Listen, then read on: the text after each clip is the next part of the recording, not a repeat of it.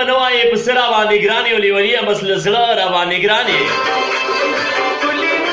وایي دا به نه وایې پسه را باندې ګران یې لیونیه بس له زړه را باندې ګران یې او باور وکړه په دې دومره لوی جهان کې ته مې خوښ یې بس همدا را باندې ګران یې السلام علیکم السلام علیکم السلام علیکم السلام علیکم ستړي مشه ستړي مشه ستړي مشه ستړي مشه او په خیر راغلی جناب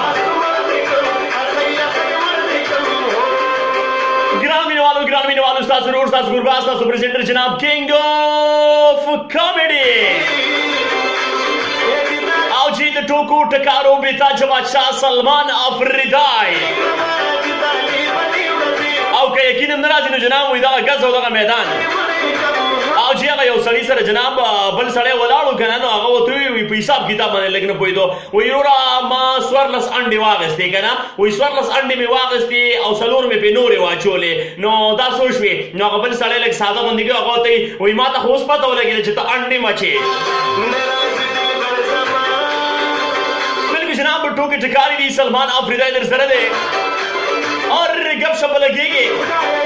هغه یو سړی چې راته په پهلا ځل باندې هوایي جهاز کې تلل کرتا ہے هوایي جهاز میں تلل کرتا ہے نو جناب هغه چې څنګه جهاز روان شو سعودي ته یا دوبۍ ته ورته نو ځان سره ټیم نوٹ کو چېرې دا ټیم دی نو چې ټیم یې نوٹ کو چې څنګه 3 غنټې یا 3 نیمې غنټې یا 4 غنټې لینډینګ یې وکړو جهازه نو د چې ګړی ته وکتل نو ټولې 4 غنټې یا 3 غنټې لګېدلې وې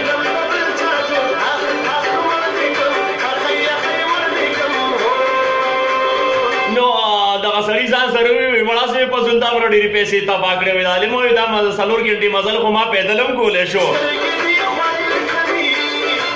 اور دا مضبوط کسان به تاسو کتلي وي یا به مې وکتل چې بیخي ډېر زیات مضبوط وي که نه یو ورځ ته یو ډېر زیات مضبوط سړی د روډ په غاړه ولاړو نو پخوا به دا ټانګې چلېدې را چلېدې که نه یو ټانګه ور را روانه ده او سړی هم پکې ناست دی نو د دې ټانګې والا له لاس ورکړو چې ټانګه ورته ودرېده دغه سړی ورته وایي خیر شه نو دا مضبوط سړی ورته وایي وروره دې روډ پورې وویل لږ ونه باسې نو دا د ټانګې والا ورته وایي وروره وبلې باسم خو یې لږ داسې غلی غوندې کې د دې اسپې نه پټ راوخېږه دې ټانګې ته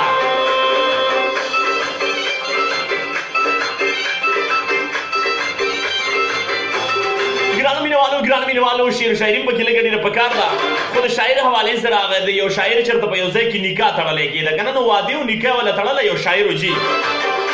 نو هغه ملا ورته وایي ستا د پلانکي لور په دې نامه یې بله لور نشته قبوله دې دا قبوله کړې دې واور قبوله دې دا نو دا شاعر ورته وایي واه واه مولانا صاحب یو ځل بیا